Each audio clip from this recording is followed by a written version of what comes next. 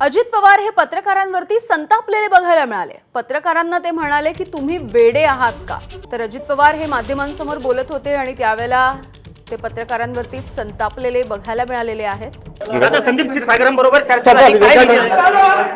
अरे तुम्ही ना इतके वेडे आहात। मी राज्याचा उपमुख्यमंत्री आहे। तो विरोधी पक्षाचा जरी आमदार असला तर त्याच्या शहरामध्ये 21 दिवस पाणी नाही प्यायला।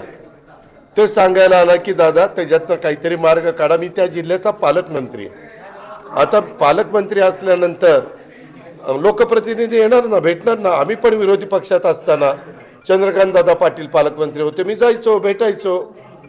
तुम्ही असं काहीतरी एक भाऊ निर्माण करता, लगेच ब्रेकिंग न्यूज हे भेटायला। अरे एवढ्या मोठ्या शहराला 21व्या दिवशी पाणी जातं आणि तातडीची गरज म्हणून तो मला शोधायला इथं आला आणि आम्ही जेवत असताना त्यांनी मला सांगितलं आणि मी तिथं आता फोन केलेला आहे। मार्ग काढायचा प्रयत्न माझा चाललेला आहे।